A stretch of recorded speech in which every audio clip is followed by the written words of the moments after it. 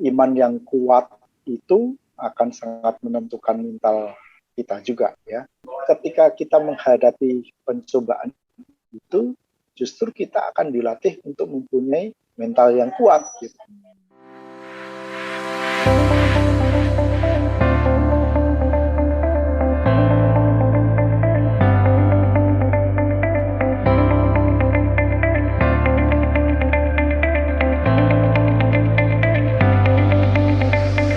Baik, selamat sore Sobat Askara Channel yang setia, dan sore kali ini kita sudah bersama-sama di program Bincang Kita, bercakap bersama mencari makna.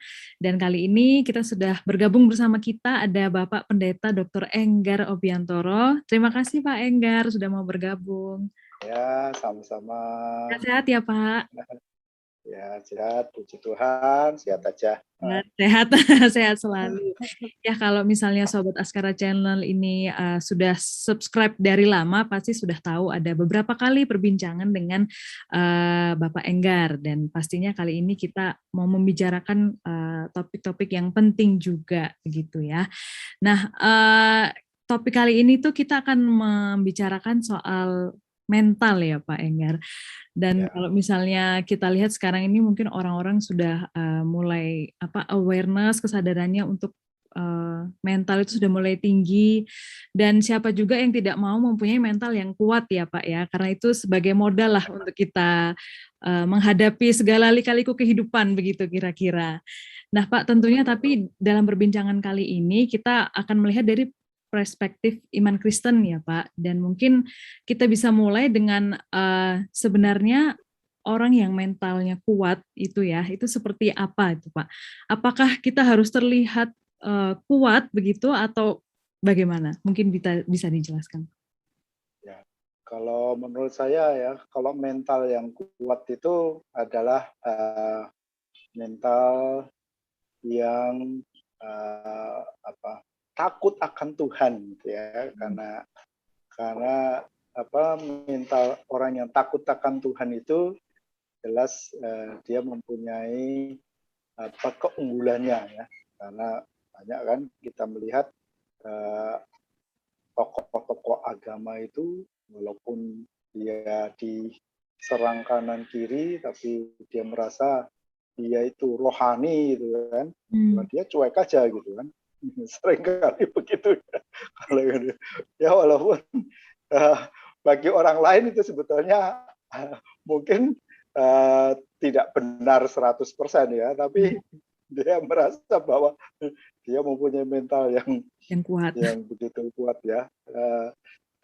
Ya memang sih kalau dalam bahasa yang lebih umum sebetulnya dari segi spiritualitas ya, bahwa dia mempunyai spiritualitas yang baik, sehingga dia mempunyai mental yang kuat. Memang ini di sini kan kita harus mendefinisikan sebetulnya yang dimaksudkan mental di sini apa gitu kan. Apakah dalam arti kalau orang Jawa bilang itu kalau ndablek itu orangnya itu mentalnya kuat atau bagaimana itu? Kalau ndablek beda lagi ya Pak. Nah itu makanya kan harus dalam pengertian ini. Tapi kan memang kita maksud kita kan mental di sini dalam pengertian yang positif ya.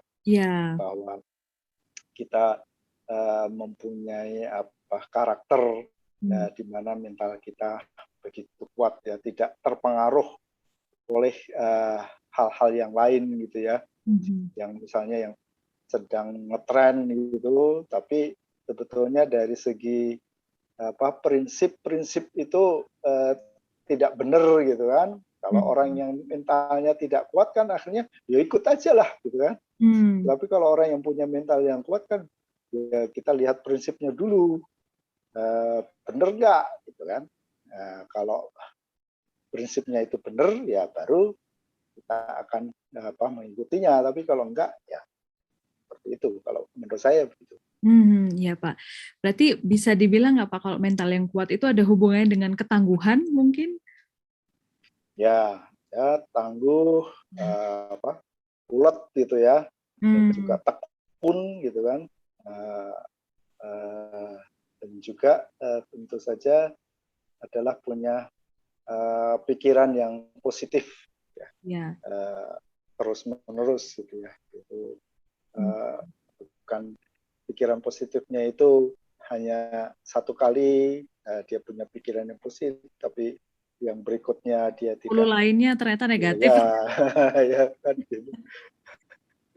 Harusnya kan harus konsisten ya, terus menerus. Iya, berarti itu yang mental yang kuat, dan juga tadi sudah disinggung pertama itu takut akan Tuhan juga ya Pak, ya itu juga mempengaruhi begitu. Nah Pak, ketika dalam hidup kan pasti kita juga mengalami banyak pencobaan ya, dan seluruh tantangan hidup yang berbagai macam. Dan mungkin di situ yang kadang-kadang orang bilang, disitulah mental kita itu diuji begitu. Nah sebenarnya godaan apa saja sih Pak yang paling sering membuat kita itu akhirnya mempunyai mental yang lemah? Nah itu apa yang harus kita waspadai Pak? Ya seringkali godaan-godaan yang terjadi itu dalam hal kita itu tetap bertahan kepada satu kebenaran, tetapi banyak orang itu mengikuti kebenaran yang lain yang sebetulnya bukan kebenaran. Itu membuat kita kan jadi ciut juga ya, karena kita jadi minoritas gitu ya, seringkali kan begitu ya. Kalau antara mayoritas minoritas itu seringkali menjadi satu godaan yang begitu kuat gitu. Sehingga ya kalau orang yang mentalnya tidak kuat ya akhirnya ikuti yang mayoritas saja gitu kan. Seringkali begitu. Tapi kalau dari segi spiritual itu misalnya dalam hal kita ada godaan untuk kita meninggalkan Tuhan gitu. Seringkali kan begitu ya, karena meninggalkan Tuhan, kalau kita tetap bertahan dalam iman kita, ternyata hanya sedikit yang percaya gitu. Tapi kalau kita misalnya mengikuti orang lain atau kelompok lain yang lebih banyak gitu ya, itu biasanya kan lebih gampang gitu kan. Dan itu seringkali kita kan maunya yang gampang gitu kan. Dan itu yang mengorbankan kebenaran, mengorbankan idealisme gitu. Nah, saya rasa itu yang godaan-godaan yang seringkali kita susah untuk menolaknya atau menghindarinya, dan kita harus menghadapinya gitu kan. Ya. Berarti kita jadi ada sisi-sisi mudah menyerah begitu ya Pak, kalau misalnya mentalnya itu kurang kita latih begitu, kurang kuat, itu jadi gampang aja ikut dengan arus begitu ya Pak. Ya betul ya, kali kita jadi mengikuti arus gitu. Apalagi yang iya, kita posisi sebagai minoritas tuh memang kalau misalnya ada di posisi itu memang sangat susah untuk bertahan ya Pak ya. Ya, betul. Ya, seringkali begitu memang. Ya, nah kalau misalnya bicara tentang iman nih ya Pak, apakah memang iman yang kuat itu ada korelasinya nih dengan mental yang kuat, dengan sifat-sifat yang tadi sudah kita sebutkan itu tadi? Apakah kalau kita imannya kuat, otomatis mentalnya juga kuat, atau bagaimana nih Pak korelasinya? Ya memang kalau saya lihat atau menurut saya ya korelasinya jelas bahwa iman yang kuat itu akan sangat menentukan mental kita juga ya. Ya sekalipun atau masalahnya adalah seringkali iman kita itu kan naik turun nih. Naik turun. Nah itu yang menjadi masalah gitu ya. Kalau kita melihat misalnya dari cerita tentang Nabi Elia gitu ya, itu kan imannya sangat kuat sekali, dan juga karena imannya kuat itu dia juga mentalnya juga kuat ketika menghadapi nabi-nabi Baal gitu ya, yang jumlahnya tidak cuma 1-2 saja ya, tapi ratusan nabi Baal harus dihadapi gitu kan, sehingga dia bisa ketika berhadapan dengan nabi-nabi Baal yang jumlahnya begitu banyak, itu kan dia menang ya, karena dia punya mental, punya iman yang begitu kuat kepada Tuhan ya. Tetapi kalau kita melihat cerita dari situ bahwa sesudah Nabi Elia itu bisa menghadapi itu, kan dia kemudian lemah imannya ya. Dia putus asa ya, ketika dia di gua itu ya, dia merasa bahwa kenapa dia atau saya hanya sendirian saja ya, tidak ada orang yang membela dia. Itu kan menunjukkan mentalnya yang lemah ya. Yang itu memang sangat ada korelasinya dengan imannya. Iman kepada Tuhannya juga salah ya, karena kemudian kan Tuhan kan menegur dia juga. Nah, itu kan jelas sekali menunjukkan korelasi yang sangat kuat ya antara kekuatan iman dan kekuatan mental. Nah, sejauh kita bisa mempertahankan iman kita yang kuat, maka mental kita relatif akan juga kuat. Gitu. Tapi kalau kita lemah imannya, ya akan mudah sekali juga mental kita akan begitu turun gitu ya, down. Saya rasa itu. Iya, menarik ya Pak. Tadi ada story ya, cerita dari Nabi Elia tadi yang menunjukkan juga bahwa itu sebuah proses ya Pak. Tidak segampang itu juga kita mau mempunyai mental yang kuat, tapi pasti juga banyak yang membuat kita putus asa di tengah jalan seperti itu. Walaupun mungkin kita mengawali mengatasi pencobaan itu dengan iman yang kuat, tapi bisa saja di tengah-tengah itu kita drop seperti itu ya Pak ya. Ya. Dan memang sangat korelasinya itu sangat kuat antara kita iman kepada Tuhan dan mental yang kuat itu ya Pak. Ya, betul. Ya. Iya ya. Dan sekarang mungkin kita mau belajar nih Pak, seperti apa caranya supaya kita bisa mempunyai mental yang kuat. Artinya lebih ke kebiasaan-kebiasaan apa nih, apa yang harus kita benar-benar perhatikan gitu, supaya kita bisa lebih menjadi kuat secara mental. Ya, kalau secara singkatnya sih sebetulnya kalau kita katakan kita itu membangun relasi dengan Tuhan itu secara baik, secara sehat ya, dan mengalami pertumbuhan itu kan pasti kita akan mengalami mental yang baik, yang akan lebih stabil ya dibandingkan dengan yang lain. Ya. Jadi, nah kalau kita takut akan Tuhan, nah, itu kan akan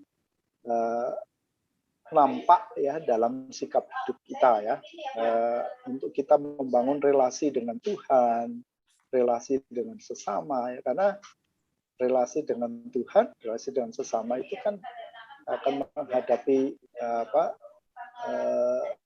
pencobaan-pencobaan yang tidak mudah untuk kita hadapi gitu ya, kadang-kadang ya. Tetapi justru dengan ketika kita menghadapi pencobaan itu, justru kita akan dilatih untuk mempunyai mental yang kuat gitu. Kalau tidak ada pencobaan, justru kita malah tidak bisa menunjukkan bahwa mental kita kuat, iman kita kuat gitu. Justru dengan pencobaan itu, semakin banyak pencobaan yang kita hadapi dan kita bisa berhasil mengatasinya, maka kita akan bisa semakin kuat untuk membangun mental yang baik itu. Ya, jadi justru malah pencobaan mungkin harusnya kita bisa memandang dari perspektif itu ya Pak. Kalau misalnya kita berhasil melewati ini, kita justru akan mungkin naik level, iman kita semakin kuat. Dan juga kan kita ingat Tuhan bilang kalau tidak akan melebihi kekuatan kita ya Pak, bagaimanapun. Ya. Tapi malah justru kita yang semakin kuat begitu ya Pak ya.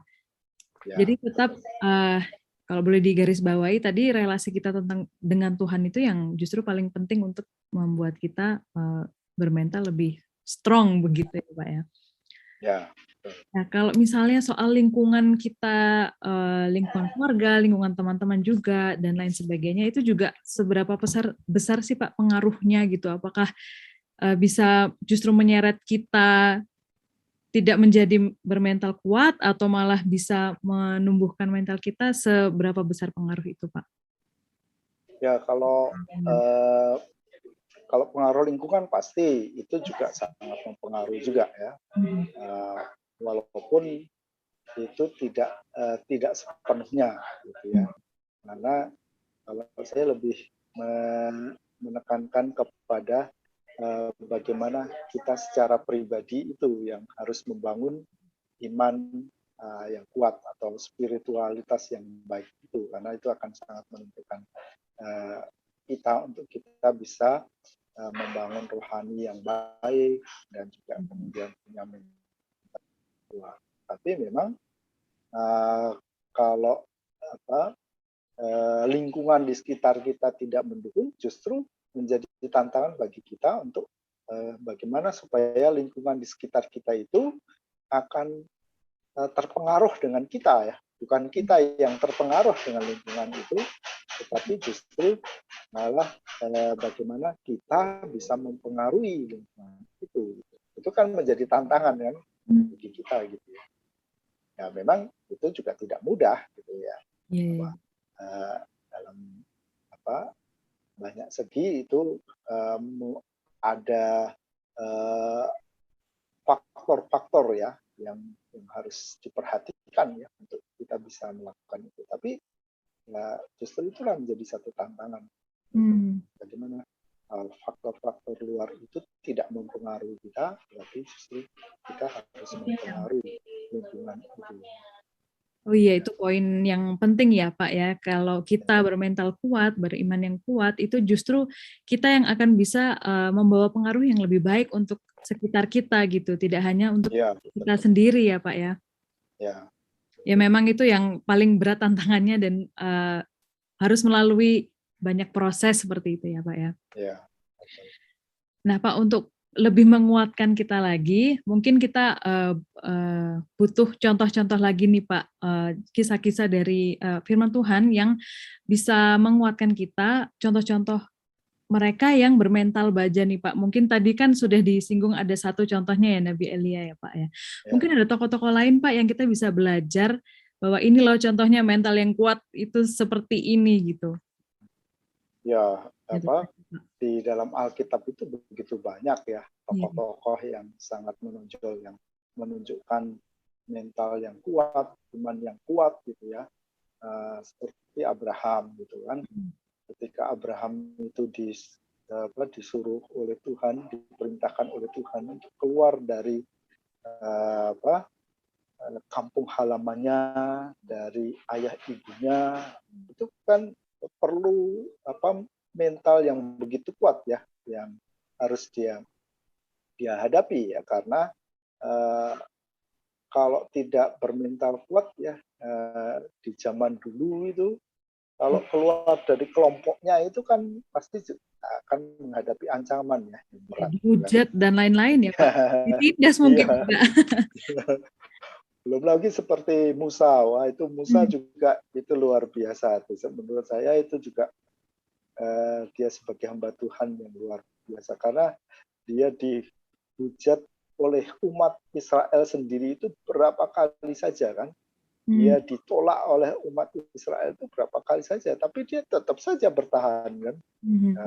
Itu kan sesuatu yang nggak gampang ya, bisa menghadapi umat Israel kurang lebih 40-an tahun gitu kan, memimpin umat Israel yang tegar tengkuk 40 tahun, wah itu sangat luar biasa. Ya, kemudian Yosua juga begitu.